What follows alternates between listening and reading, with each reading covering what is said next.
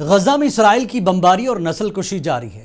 اسرائیلی forces نے گزشتہ روز ایک حاملہ خاتون اور اس کے بچے کو بھی شہید کر دیا۔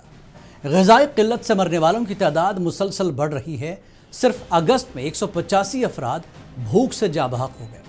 غزہ میں اسرائیل کی جانب سے کی جا رہی نسل کشی کے باعث فلسطین کو تسلیم کرنے والے ممالک میں اضافہ ہو رہا ہے، اور اب بیلجیم نے فلسطین کو ریاست کے طور پر تسلیم کرنے کا اعلان کیا۔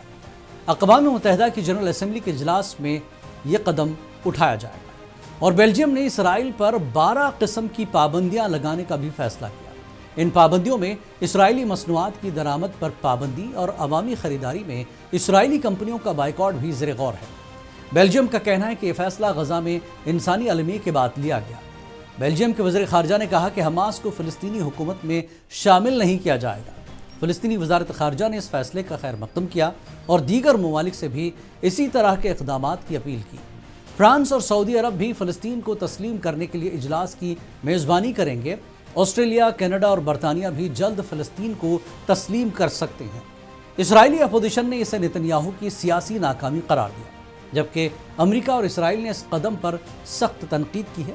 امریکی وزیر خارجہ نے کہا کہ یہ فیصلہ حماس کو فائدہ دے گا۔ واضح ہے کہ اس وقت 147 ممالک فلسطین کو ایک ریاست کے طور پر تسلیم کر چکے ہیں۔